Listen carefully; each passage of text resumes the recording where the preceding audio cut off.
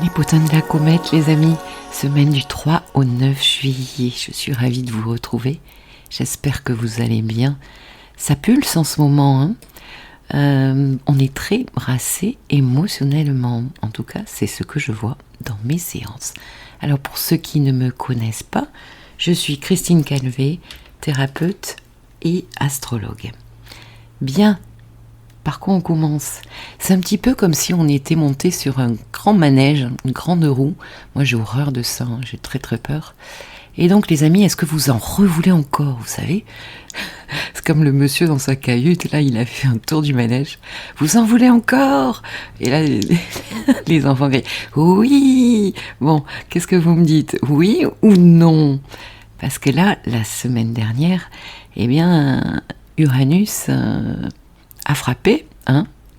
Donc, ce que je remarque, c'est qu'il y a plusieurs teams. Il y a la team uranienne, très excitée, qui va de l'avant, il y a du changement, c'est super.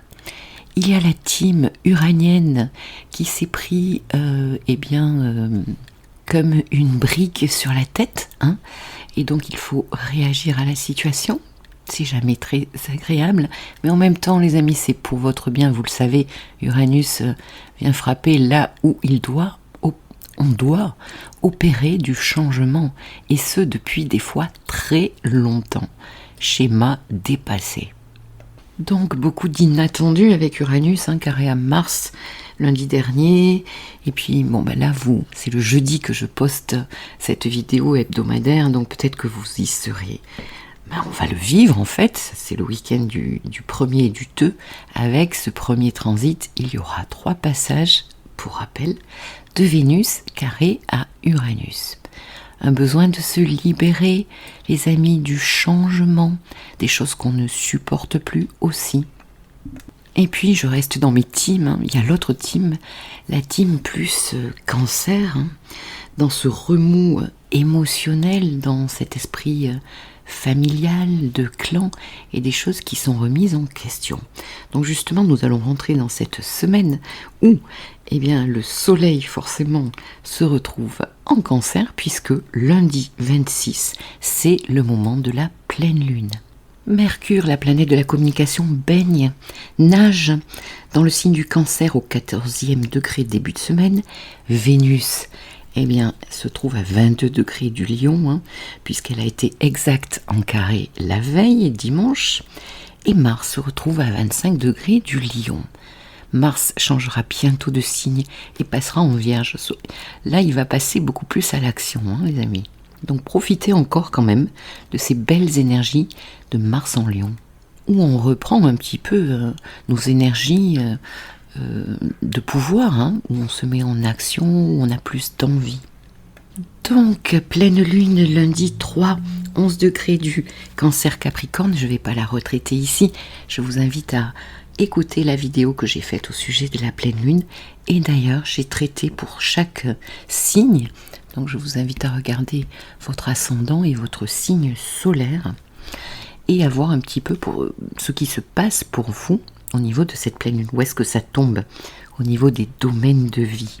Pour rappel, c'est le résultat, l'apogée de ce qui est né lors de la nouvelle lune qui était en Gémeaux. Et oui, tout est décalé. Nouvelle lune Gémeaux, pleine lune Cancer. Bon, ok. Et cette nouvelle lune était carrée à Neptune. Souvenez-vous les amis, je vous disais, j'aime pas les carrés à Neptune.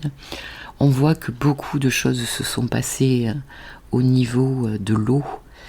Déjà, il y a eu beaucoup de pluie ces derniers jours. Et puis aussi au niveau, par exemple, socialement du Titan, là, qui a implosé apparemment dans l'eau. Bon, on était dans l'eau, Soleil carré Neptune, mais aussi Mars carré Uranus. Bon, voilà. Alors, mardi 4, nous avons toujours la Lune qui se trouve dans le signe du Capricorne, les amis, chez Saturne. On rigole pas, garde à vous. La Lune sera conjointe à Pluton autour de 17h, mais aussi sextile à Neptune. Une Lune Capricorne, elle a envie de quoi? De restructurer, conjointe à Pluton et sextile à Neptune, ça passe par une transformation On a des émotions là ou des idées qui nous viennent.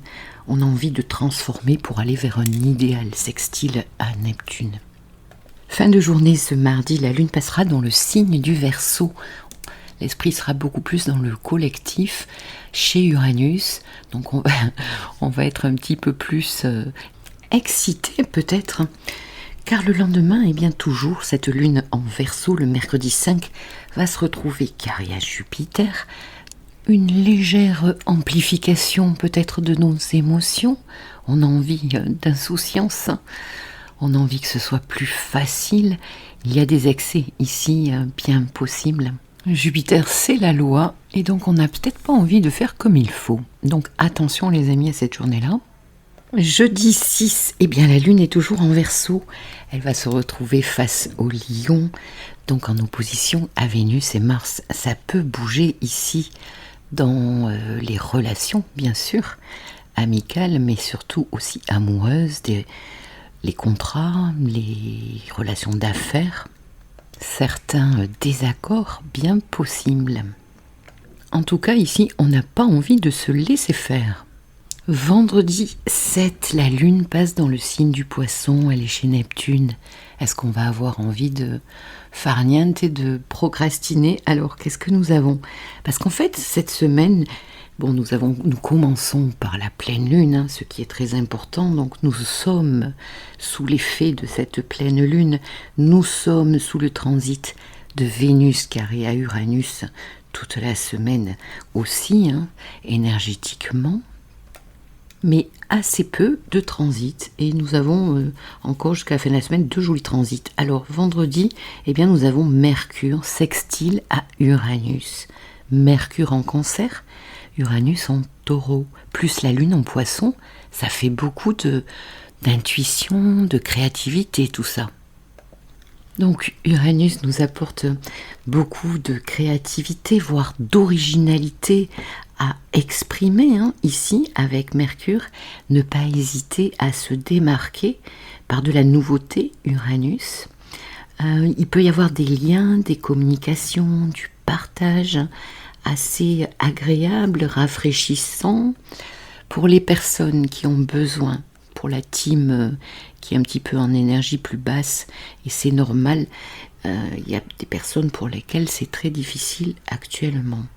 Donc ici, il est question peut-être aussi de trouver là où le bon thérapeute pour vous accompagner, pour vous soutenir, pour vous réconforter. Ne vous en privez pas. Et puis les mots Mercure peuvent enfin peut-être sortir avec Uranus, parce que tout ce cancer-là, on est émotionnellement très habité, très challengé, et quelquefois on garde pour soi le cancer, une espèce de carapace où il se protège. Donc ici les mots peuvent sortir d'une manière d'ailleurs assez étonnante, d'un coup d'un seul, après donc tout ce blocage possible émotionnel.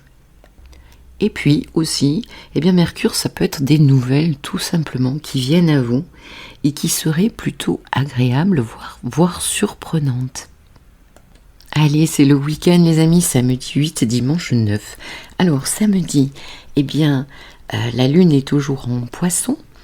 Elle passera dans le signe du Bélier dans la soirée.